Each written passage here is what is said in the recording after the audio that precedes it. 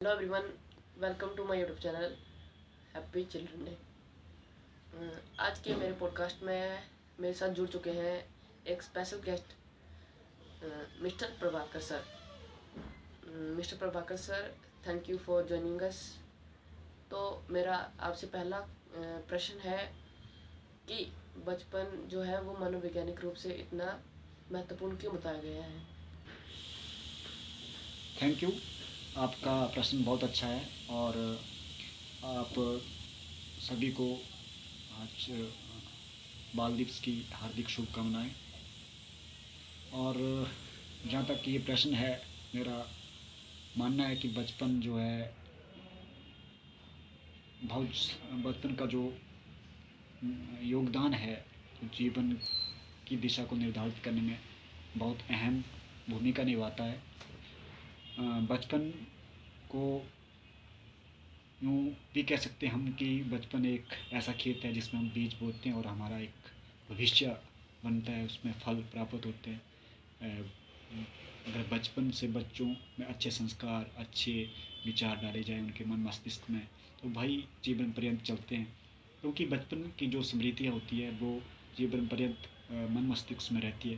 तो मैं मनोवैज्ञानिक दृष्टि से भी बहुत महत्वपूर्ण टाइम पीरियड होता है ये बचपन।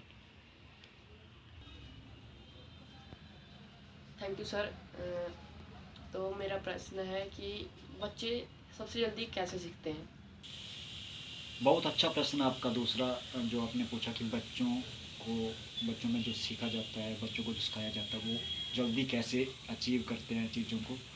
तो देखिए, बहुत सी एजुकेशन में बहुत सी टेक्निक्स हैं, और जहाँ आज एजुकेशन सिस्टम है, मैं सबको मनोवैज्ञानिक दृष्टि से उचित मानता हूँ। लेकिन जो बच्चों के अंदर जो एक कलाकार छिपा होता है उसको बाहर लाने का जो अवसर प्रदान किया जाता है, ये जो अवस्था होती है 13 से लेकर 18 साल के बीच की किशोरावस्था, उसका जो टाइम पीरियड है उसके दौरान, उस बचपन के दौरान अगर बच्चों में वो क्वेश्चन को बाहर निकालने की, जो उनके अंदर कलाकार है उनको निकालने की और उनको आंसर मिल जाए, वो चीज़ें उनके साथ हो, उनकी संगत में वो चीज़ें हो, तो बच्चे नेचुरली सीखते हैं, बहुत जल्दी सीखते हैं। क्योंकि बच्चों के क्वेश्चन का जब उन्हें आंसर मिल जाता है तो वो बहुत कुछ चीज़ें, और उन्हें क्वेश्चन पूछने की आज़ादी भी देनी चाहिए, मेरा इतना मानना है। Thank you sir. मेरा अगला प्रश्न है कि बच्चों का जो है वो जैसे उसके दोस्त हैं और उनका जो है बच्चों पे क्या प्रभाव पड़ता है? देखिए, जो संगति का असर है वो बहुत भूमिका निभाता है बच्चों के विकास को लेकर भी और उसके भविष्य को लेकर भी। क्योंकि बचपन की संगत, जैसी रंगत वैसी संगत जो है, ये जो सूखती है बहुत सार्थक होती है लाइफ में भी। और अनुभव की बातें हैं, क्योंकि मैं भी अपने टाइम पीरियड को देखता हूँ जब ये, तो बच्चों को कभी भी ऐसे एनवायरनमेंट में ना रखें जहाँ पे लगता है कि अ, वो संस्कार उनके जीवन में प्रभाव डालेंगे, उनके जीवन में आएंगे उस एनवायरनमेंट से। तो सबसे महत्वपूर्ण बात यही होती है कि बच्चों को एक ऐसे माहौल में रखें, ऐसे जहाँ पे वो संस्कार युक्त बातें करे, संस्कार युक्त उनका चिंतन हो, मेरा इतना मानना है। Thank you sir. मेरा अगला प्रश्न है कि बच्चों को खेलना क्यों पसंद है, यानी बच्चे खेलना क्यों पसंद करते हैं? देखिए, ये क्वेश्चन जो किया आपने बहुत फ़नी सा भी है और बहुत इम्पोर्टेंट भी है। क्योंकि खेल जो है बचपन में बहुत अनिवार्य है। एक ऐच्छिक नहीं बोल सकते, अनिवार्य बोल सकते हैं इसको। क्योंकि खेल से ना हमारे बल्कि शरीर का, बल्कि हमारे मन मस्तिष्क का भी विकास होता है, हमारे चिंतन शक्ति बढ़ती है। और खेल से बहुत कुछ सीखता है बच्चा खेल खेल में। तो ये जो खेल की तकनीक विधियाँ भी आई है एजुकेशन सिस्टम में, वो भी इम्पोर्टेंट है। और मेरा इतना मानना है कि खेल के माध्यम से बच्चों में क्वेश्चन आंसर जो आउटपुट होते हैं वो भी उनसे भी नवचिंतन बनता है। तो खेल का महत्वपूर्ण योगदान है। Thank you sir. मेरा अगला प्रश्न है कि माता पिता का बच्चों की मनोवृत्ति पर क्या प्रभाव पड़ता है? देखिए, आपका ये प्रश्न बहुत महत्वपूर्ण है। माता पिता ही प्रथम गुरु होते हैं जिनसे बच्चे का सीखना आरंभ होता है। और ऐसा वर्णन आता है शास्त्रों में भी कि जो माता पिता के संस्कार होते हैं वही बच्चों पर पड़ते हैं। तो आज अगर हम मनोवैज्ञानिक दृष्टि से बात करें तो भी बहुत सार्थक बात ये होती है कि बच्चों पर जो माता पिता के जो उनका रहन सहन है, उनके जीवन शैली प्रति, ये सब चीज़ों का असर पड़ता है। तो मेरा ये मानना है कि माता पिता का ये दायित्व बन जाता है यहाँ पर कि वो सही दृष्टिकोण अपनाकर बच्चों को जो है अच्छे संस्कार युक्त जीवन जीने में प्रेरणा दे। Thank you sir. जैसा कि आपने अंश से बताया कि माता पिता का कितना महत्व है बच्चों के जीवन में, तो मेरा इसी के रिलेटेड प्रश्न है कि बच्चे जो है वो अपने माता पिता के भी प्रति जल्दी ही ज़्यादातर गुस्सा हो जाते हैं, तो ऐसा क्यों है?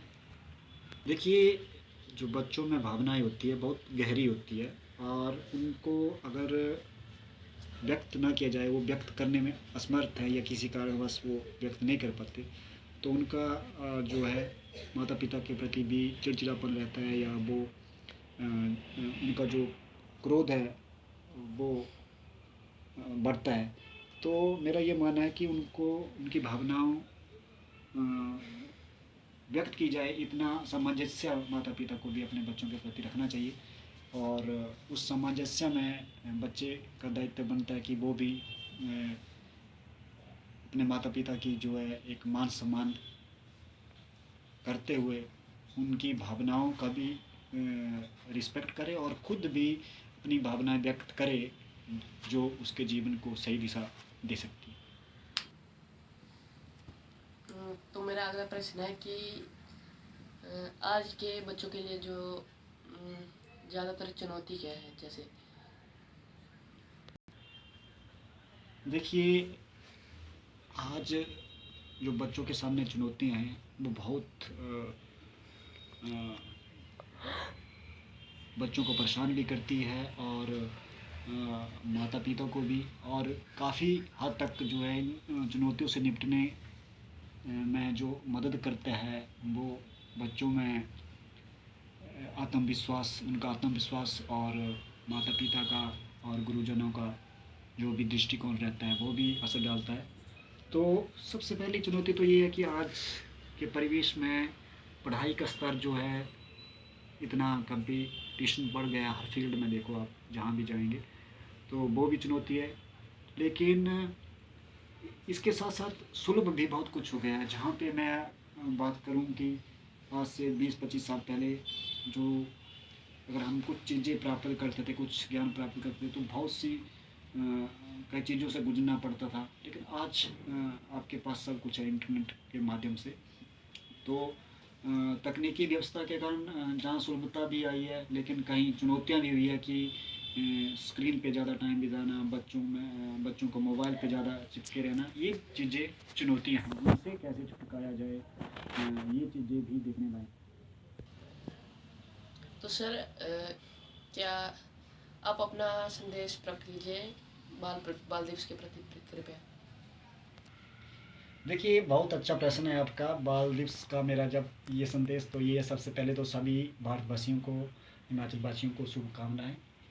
और सभी बच्चे जो पढ़ रहे हैं, जो सीख रहे हैं, जो अपने जीवन में आगे बढ़ रहे हैं, सभी को शुभकामनाएं। और मैं ये कहना चाहूँगा कि हमेशा खुश रहो, मुस्कुराते रहो।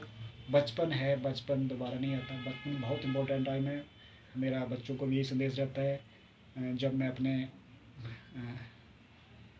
शिक्षा के उसमें जाता हूँ, तो यही बोलता रहता हूँ कि हमेशा ऑलवेज बी हैप्पी, और कम से कम पढ़िए, कम उलझिए, पर संस्कार युक्त बनिए, और चलेगा कम कमाइए, चलेगा कम माता पिता के साथ कम व्यवहार कीजिए, लेकिन अच्छा व्यवहार कीजिए। और सबसे महत्वपूर्ण बात ये है कि हमेशा बड़ों की रिस्पेक्ट, गुरुजनों की रिस्पेक्ट, समाज के प्रति अच्छा चिंतन और अच्छी सोच, ये ज़रूरी है।